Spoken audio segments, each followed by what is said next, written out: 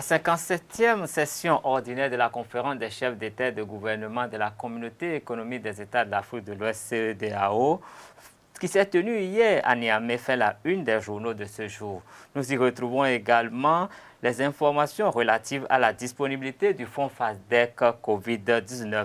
Il en sera question dans la une des journaux de ce matin et dans le débat également avec Osnel Toli. Mais avant le débat, nous allons recevoir sur ce plateau Colombe Oussou, qui est déjà là et qui nous livrera le bulletin d'information de ce mardi 8 septembre 2020. Amis internautes, bonjour et bienvenue sur Free Matin. Chaque enfant qu'on enseigne est un homme qu'on gagne. L'école est le lieu par excellence de l'éducation.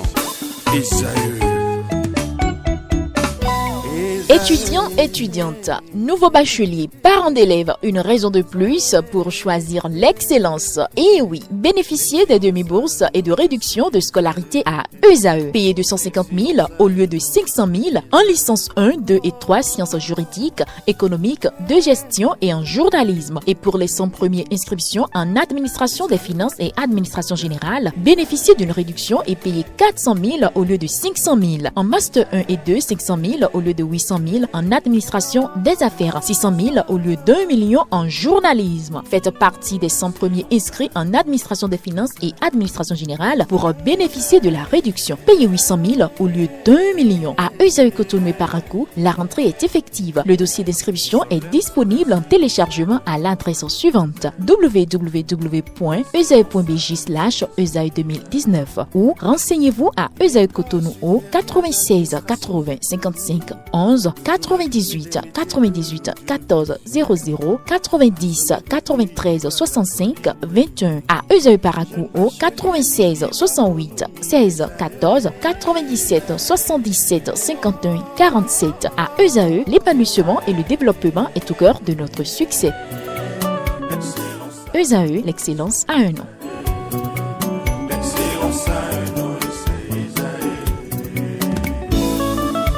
La rumba, c'est la musique des sages. Et Esaü, c'est l'école des sages. Amis internautes, bonjour et bienvenue sur la une des journaux de ce 8 septembre 2020. Une une que nous démarrons par l'informateur du jour qui titre en manchette « Session ordinaire de la conférence des chefs d'État de la CEDEAO, des messages forts de talons à ses pairs » à lire en page 2. Mairie de Cotonou, les raisons probables du limogeage du SG et de son adjoint. Organisation des concours sous la rupture, seul le mérite pour réussir selon Prosper A.Idou, article à lire en page 3. Sur la même page, nous pouvons retrouver réforme dans le domaine du foncier. Des citoyens saluent le gouvernement. Et puis, à l'oreille droite de l'informateur de ce jour, nous pouvons découvrir journal école fait par les étudiants en journalisme à l'école supérieure d'administration, d'économie, de journalisme et des métiers de l'audiovisuel ESAE. Hervé Hessou, Café Média Plus, nous savons que nous avons une audience certaine à lire en pages 5 et 6. Le quotidien du service public La Nation titre ce jour « Centrale thermique de Maria Agleta, un an après, l'usine électrique à plein régime. 60% des besoins satisfaits sur place selon le ministre de l'Énergie. » 57e session de la session des chefs d'État et de gouvernement de la CEDEAO, le Bénin réitère son engagement pour l'intégration régionale. Enrôlement au RAVIP et la carte nationale biométrique, nouvelle chance pour les retardataires du Nigeria. Matin libre à présent. Polémique autour de la candidature au poste de DG-OMC. Comment Talon est allé à l'école de Zinsou? Passage systématique des élèves de la classe de CI, CE1 et CM1, des voix s'élèvent. Personnalités les plus influentes de l'UEMOA, Alain Kossi-Bagidi dans le top 50. Troisième édition du Club Marketing, un événement inoubliable. L'économie de ce 8 septembre, titre promotion industrielle et commerciale, le Paracep renforce la plateforme qualité de la CCI Bénin. Président de la CEDEAO, les défis qui attendent Nana Addo Akufo. Le défi d'une génération, le matinal titre aujourd'hui « Lutte contre le coronavirus à la base ». Le fonds FADEC Covid-19 institué liste des actions éligibles et montant par commune. Prétendu compromis pour la présidentielle 2021, la société civile rame à contre-courant. Organisation des concours et gestion des carrières sous le régime, tout le nouveau départ, des avancées notables, une administration publique moderne pour plus de transparence. L'observateur de ce jour, densité de la politique de l'entrepreneuriat, Ben Laben, un programme appuyé et financé par Germain Yaou Bokossa au profit des jeunes. Conseil municipal de Cotonou, 2 cadres de la mairie relevés de leurs fonctions. Passage systématique en classe supérieure de tous les écoliers assidus de CI, CE1 et CM1, les réserves du syndicaliste Anselme Amoussou. Le soleil levant de ce jour pour mettre un thème à la une des journaux de ce 8 septembre 2020, tractation pour les élections à l'OMC, à la CEDEAO et à l'UA, soutien du Bénin au Nigeria, au Ghana et au Tchad. Fonds FADEC Covid-19 pour la riposte contre la pandémie. Détail des montants alloués à chaque commune et les lignes directives de leur usage. Municipalité de Cotonou, la secrétaire générale et son adjointe relevés de leurs fonctions. Présidentielle en Guinée, la candidature de Céline Dailen Diallo divise l'opposition. Et ce sera tout pour la une des journaux de ce matin. Nous allons retrouver dans un instant Colombe Oussou pour le bulletin matinal. Bienvenue à toutes et à tous. Lutter contre le coronavirus, c'est l'objectif qui a conduit les élites de la mode dans les locaux de l'Office de radiodiffusion et télévision du Bénin au RTB le vendredi 4 septembre dernier. En tout, 1000 masques de fabrication locale ont été offerts au personnel de l'Office. Osnel Toli et Carles Kitome y étaient. Voici le compte-rendu. Dans le cadre de la lutte contre le coronavirus et pour limiter sa propagation vertigineuse de cette pandémie au Bénin, l'association Les Élites de la Mode s'est rendue dans les locaux de la télévision nationale pour offrir au personnel des lots de masques. Un projet très significatif et à caractère social apprécié par les travailleurs de la dite télévision. Le geste que vous venez de faire à l'endroit des travailleurs de l'ORTB est un geste très apprécié dans la mesure où nous, travailleurs de l'ORTB, nous sommes particulièrement exposés. Si je dis que nous sommes particulièrement exposés, c'est parce que nous sommes présents sur les différents endroits du territoire national pour travailler dans les marchés, dans la place publique. Or, dans ces milieux, il se pourrait qu'il y ait des gens porteurs du virus. Et si vous avez pensé à nous, donc, vous avez fait œuvre utile. Vous savez que l'ORTB est ouvert à tous les Béninois. Même les émissions que nous faisons, c'est des étrangers, des personnes ressources que nous recevons.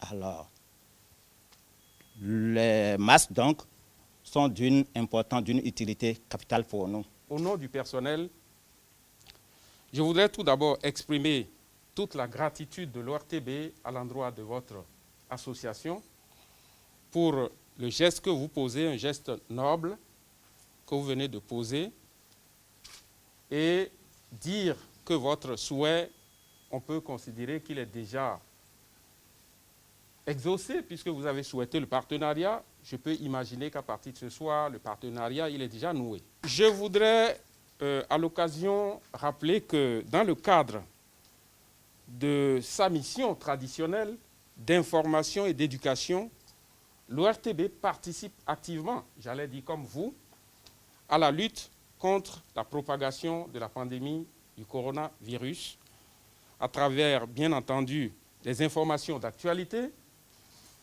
à travers des magazines, à travers des émissions plateau, à travers, bien entendu, la vulgarisation des actions du gouvernement du Bénin.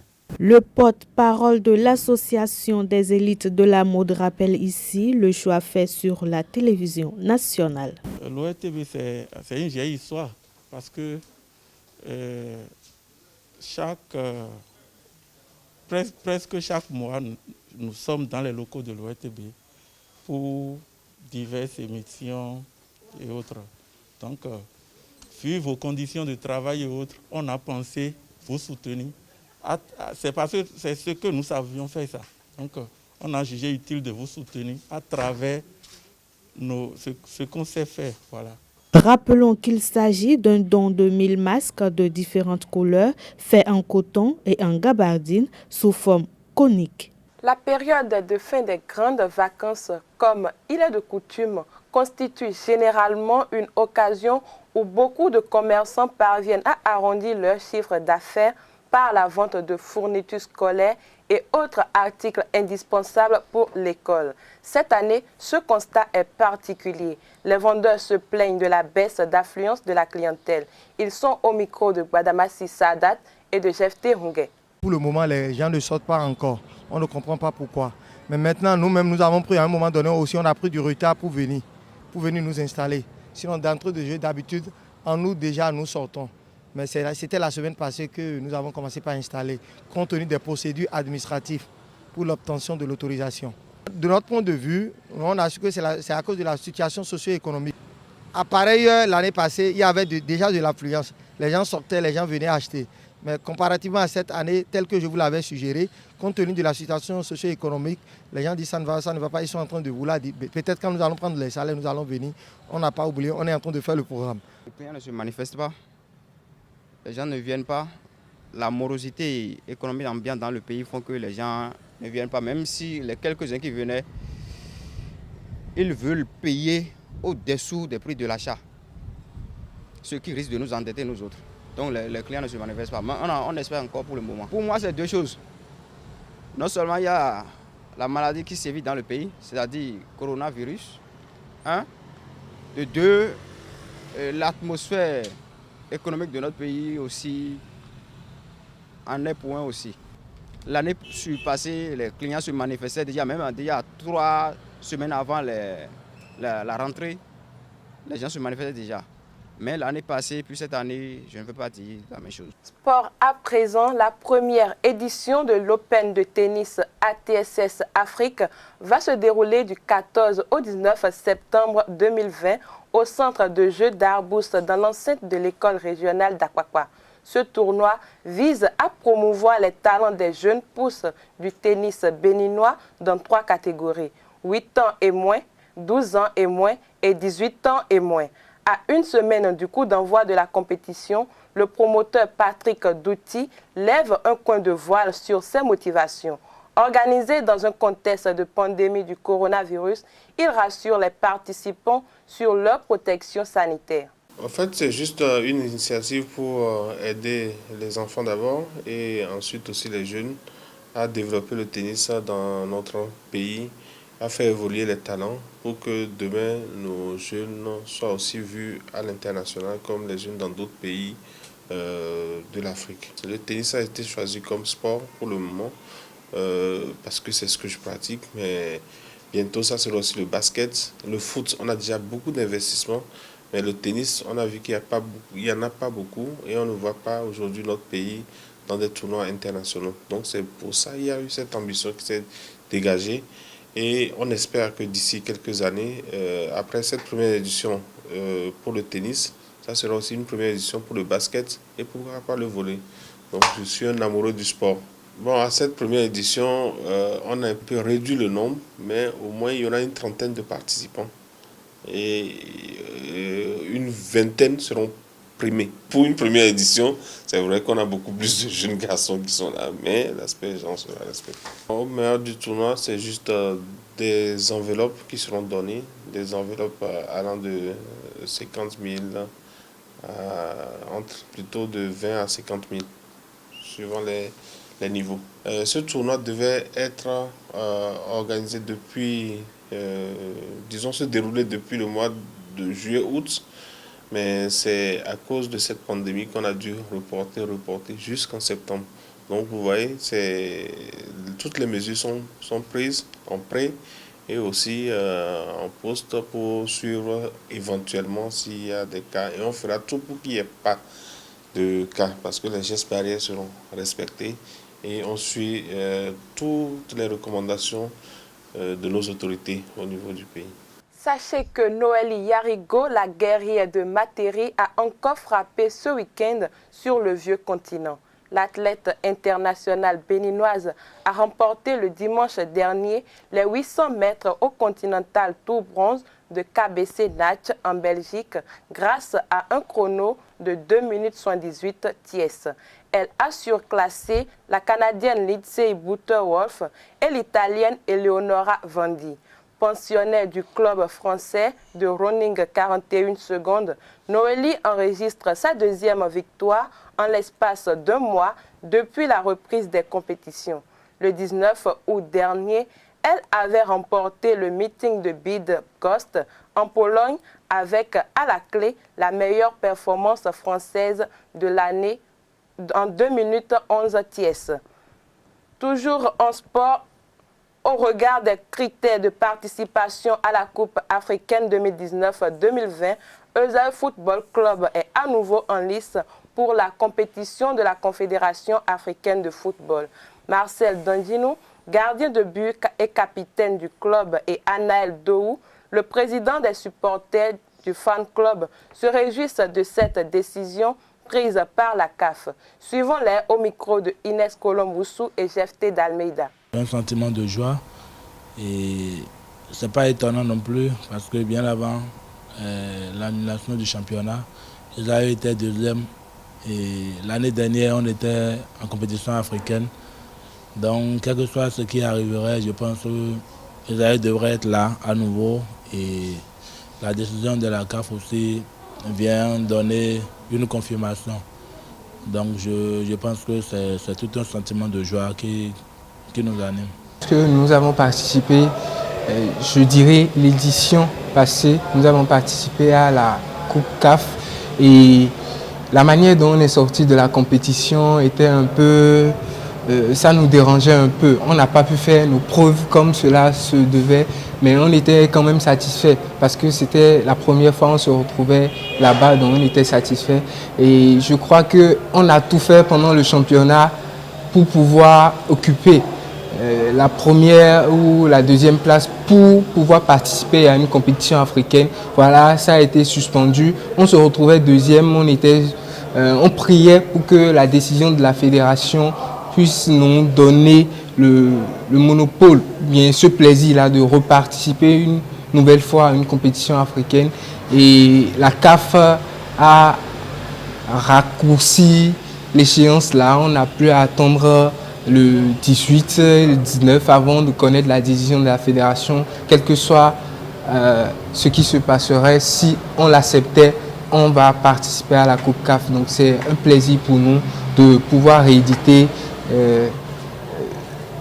ce moment-là. On fera beaucoup mieux parce qu'on a une expérience, on n'est plus la jeune équipe qui était partie pour découvrir la compétition. Aujourd'hui, on a une expérience, on sait là où il faut mettre les pieds, on connaît des équipes déjà et je crois qu'aujourd'hui, si on reparticipe une nouvelle fois, on va donner le meilleur de nous, je crois.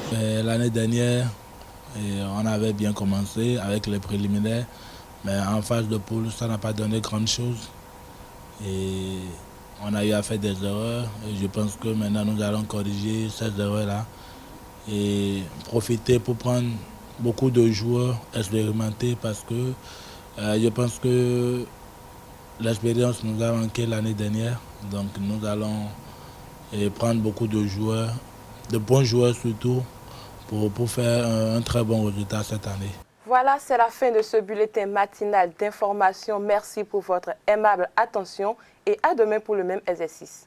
Merci à vous, Colombo Oussou. Je vous souhaite une très bonne journée. Nous allons installer d'un instant à l'autre Osnel Koli pour le commentaire du jour. Il sera question de l'actualité au Mali au regard des décisions prises hier à la conférence des chefs d'État de la CEDEAO.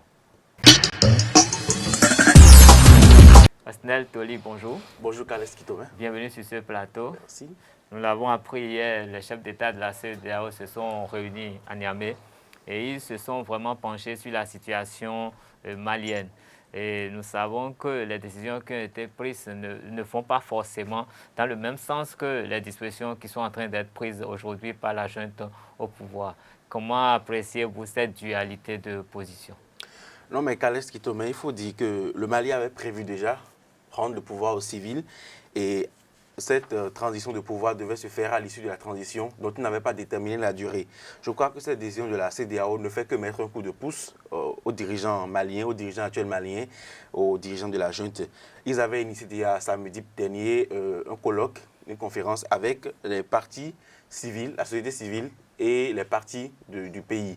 Et cette décision de ce colloque n'avait pas été publiée. Et ce colloque est prévu pour continuer le jeudi prochain. Mais je crois que les dirigeants de la junte n'ont pas prévu rester longtemps au pouvoir. C'est vrai que la CEDEAO leur a demandé de désigner un Premier ministre et un dirigeant de la transition dans une échéance de 15 jours, c'est-à-dire de 8 jours, c'est-à-dire au plus tard le 15 septembre prochain. Et la CEDEAO a précisé que la transition ne doit pas durer plus d'1 an.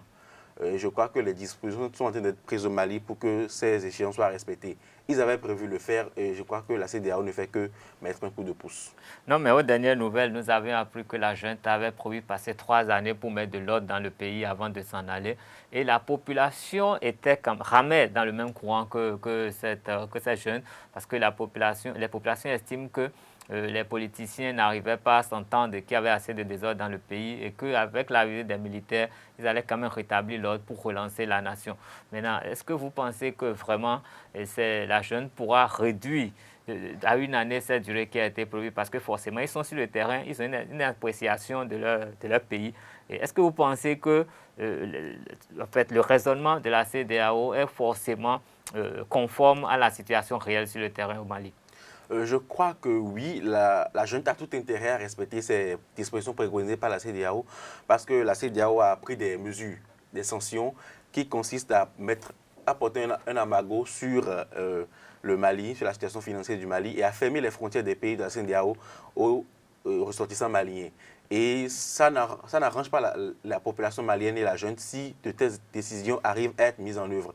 Ils ont tout intérêt à passer le pouvoir de façon aussi calme. C'est vrai que la CEDEAO n'est pas sur le terrain, mais la CEDEAO a délégué des gens. Le président Obasanjo est allé sur le terrain, il a vu ce qui se passe et il a sûrement rendu compte. Et c'est en fonction de ces constats du délégué de la CEDEAO que des décisions du genre ont été prises. Donc, je crois que la junte a tout intérêt à faire les choses comme la CEDEAO le préconise, parce que la CEDEAO est l'instance de la sous-région habilitée à prendre de telles décisions. Donc, s'ils veulent toujours faire partie de cette organisation, ils ont intérêt à faire ce qui est demandé. Et j'ajouterais que le Mali ne doit pas s'attarder en des conflits de pouvoir, en des conflits de litige de pouvoir, parce qu'il faut rappeler que le Mali est un pays en proie au sous-développement, en proie aussi au terrorisme et en proie à des revendications sociales, comme la gratuité de l'école, les dégâts causés par des intempéries. Ils ont aussi intérêt à se focaliser sur des thématiques de développement que de s'attarder en des litiges de pouvoir. Parce que les litiges de pouvoir ne nourrissent pas, c'est le travail qui nourrit. Donc l'urgence pour le Mali, ce n'est pas de savoir qui est au pouvoir, mais de travailler pour le développement du pays. Bien, je crois qu'une situation pareille s'était produite en 2012, quand on avait chassé ATT du pouvoir. La CEDEAO avait tout fait de mettre l'embargo sur le Mali, de prendre des dispositions de sanctions. Mais vous savez, la suite, le Mali s'est retrouvé seul face au terrorisme. Les terroristes ont occupé les 2/3 du territoire. Et c'est en tirant l'enseignement de cette situation que les Maliens auraient préféré que les militaires fassent vraiment en fait, le travail qu'il faut. Parce que dès qu'ils sont arrivés, ils ont repoussé un peu les positions des terroristes que la CEDEAO n'avait jamais réussi à faire. Est-ce que vous ne pensez pas qu'il vaut mieux laisser les Maliens prendre des décisions, quitte à les encadrer, au lieu de leur imposer peut-être des dates qui vont les empêcher d'être efficaces? Vous savez, en intégrant la CEDEAO, le Mali s'est engagé à respecter les dispositions que cette instance prendrait. À tous les prix?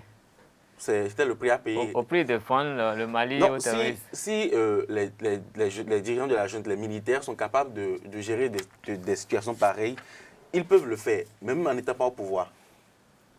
Oui, mais bon, ok, je vous laisse quand même la responsabilité de vos propos, mais je sais qu'il y a forcément le chef suprême de l'armée qui n'est pas forcément un militaire. C'est lui qui décide de ce qui peut être fait quand il faut aller au front. Et récemment, il y a eu pas mal de problèmes entre l'armée et le président qui vient de partir. Espérons que ceux qui prendront le pouvoir vont permettre au Mali de sortir quand même de cette crise-là. De toute façon, je vous remercie infiniment pour avoir été là. Je vous remercie pour avoir partagé avec nous votre commentaire de l'actualité malienne. Et je vais remercier également nos chers amis internautes qui nous ont suivis ce matin de bout en bout. Free Matin se poursuit avec les autres rubriques habituelles. Osnel Toli, vous êtes toujours présent sur ce plateau. Vous allez nous livrer à présent l'horoscope du jour. Tout à fait, Kaleski Tomé. Amis internautes, bonjour et merci de prendre le rendez-vous des astres sur ESAE TV. Amis Bélier, ce cocktail planétaire vous promet l'une des journées les plus prometteuses de l'année sur le plan conjugal. Votre vie de couple sera plus envoûtante et encore plus excitante. Au boulot, vous trouverez qu'il est plus facile que d'habitude d'assumer vos responsabilités et de faire le tri entre vos pensées et vos projets. Si vous êtes natif du signe Taureau, avec Pluton, ce sera tout ou rien. Les passions ou les conflits enchaînent. Si votre couple bat des ailes cette journée, pourrait sonner le glas de votre idylle ou en recoller les brèches. Toutefois, vous êtes en bonne forme pour vous concentrer et travailler sur vos priorités ce matin. Natif du signe Gémeaux, restez zen.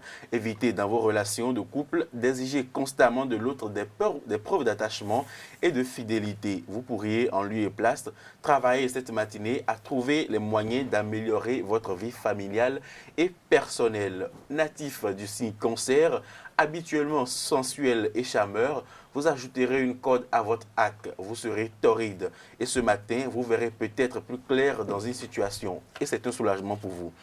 Lion, gare aux orages. Sur le plan des passions et des sentiments, ce sera suffisamment compliqué. Roi de la forêt, il est peut-être préférable d'adopter une approche douce et raisonnable de votre vie tôt aujourd'hui. Vierge, en couple, vous serez mieux disposé que d'habitude à mettre de l'eau dans votre vin. Vous serez moins tatillon. Vous ferez preuve d'une largesse à nul autre égard. C'est le moment idéal pour trier vos pensées au clair. Balance, avec Neptune, vos relations avec votre conjoint perdront un peu plus leur intensité habituelle. Ne vous en faites pas car vous parviendrez tout de même à alimenter vos discussions. Sur le plan professionnel, vous pourriez avoir des informations qui clarifient une question pour vous et vous vous sentez plus organisé ou informé en conséquence. Scorpion, vous pourrez décider de vous abstenir de tomber amoureux. Vous craindrez que les personnes que vous poursuivez ne vous apprécient à votre juste valeur. Tout au long de la journée, protégez-vous des informations ou des sentiments que vous souhaitez garder essentiellement pour vous, car il existe une tendance impulsive qui pourrait être source de regrets plus tard. Sagittaire, pas évident de vivre à deux en ce moment. Vous devrez en découdre d'abord avec Uranus, mal aspecté, et ensuite avec la planète Pluton. Heureusement pour vous que les énergies en début de journée sont fortes pour vous ancrer. Natif du signe Capricorne, soyez prudent en ce qui concerne les implications avec l'argent dans vos relations de couple. Au service, vous serez en bonne forme pour vous concentrer sur le côté pratique des choses. Verseau à présent célibataire, vous serez un vrai cœur d'artichaut et vous multiplierez les brèves aventures. Toutefois, vous aurez des chances de faire une rencontre captivante de laquelle vous ne détournerez pas la tête. La fin de vos flirts est toute proche. Dernier signe du zodiaque Poisson, vous allez avec ce bel aspect de masse voir se réveiller comme un volcan votre désir de votre partenaire qui vous répondra en vous fera attendre. Ne perdez surtout pas patience et allez-y avec toute la douceur de votre cœur. Voilà, amis internautes, l'essentiel du message des astres pour ce mardi. Merci à vous, monsieur le messager des astres. Merci une fois encore pour l'exercice de ce matin. Nous allons installer à votre suite Latifat Korenou qui va se charger dans un premier temps de nous donner une astuce ce matin. Il s'agit de savoir que faire quand le repas est trop salé. Latifat, bonjour. Bonjour Kales Kitome, amis internautes, bonjour et heureuse de vous retrouver sur les trucs et astuces de ce 8 septembre 2020. Comment dessaler un plat trop salé est l'astuce de ce jour. Tout le monde a peut-être déjà mangé ou cuisiné un plat trop salé et peut s'apercevoir que ce petit désagrément peut prendre le dessus sur la saveur d'un plat. Alors, lorsque vous cuisinez ou vous constatez que votre plat est trop salé, utilisez simplement quelques pommes de terre ou une selon le degré de salinité du plat. Après l'avoir épluché, mettez-le simplement dans le plat. Les pommes de terre vont ainsi absorber le sel contenu dans votre plat grâce à l'amidon qu'il contient et finit donc les plats salés qui sont parfois inconsommables. Et voilà tout, chers amis internautes, les trucs et astuces de ce matin. Merci pour votre attention et portez-vous bien. Merci Latifat Kouenou, ça veut dire qu'il faut toujours avoir des pommes de terre chez soi. Effectivement, surtout quand vous ne savez pas trop cuisiner. Mais vous n'allez pas partir, vous restez sur ce plateau pour nous faire quand même découvrir le prénom de ce jour. Aujourd'hui, on découvre les Adriens. Le prénom Adrien vient du grec Adriano et du latin Adria, nom d'une famille romaine originaire d'Adria, ville de Vénétie. Cette ville aurait donné son nom à la mer Adriatique. Comme caractère, Adrien est doté de nombreuses qualités et a besoin du soutien de ses amis et de sa famille pour atteindre ses objectifs. Il peut s'enfermer tel une coquille devant l'incompréhension, mais cela ne durera pas longtemps. Il en profitera pour prendre un peu de recul et se ressourcer. Le signe astrologique d'Adrien est Sagittaire, bleu comme couleur et son numéro de chance 6. Attention, il faut éviter d'associer le prénom Adrien avec un nom de famille commençant par les sonorités dro, ien ou et. Et voilà tout sur les Adriens. Nous profitons pour souhaiter un joyeux anniversaire à tous les Adriens du monde. Merci pour votre attention et à demain. Merci à vous, Latifat Kouenou, pour nous avoir donné assez d'informations sur nos amis Adriens. Mais vous savez que dans certaines régions de notre pays, surtout avec nos mamans, il est très là. Pour dire Adrien, on tire beaucoup sur le 1. Oui. Vous avez déjà entendu ça? Effectivement. Vous pouvez nous rendre le son? Adrien. Et puis... Et voilà, c'est sur cette note que nous allons conclure Fruit Matin de ce 8 septembre 2020. Je vous souhaite une journée pleine de joie. À demain.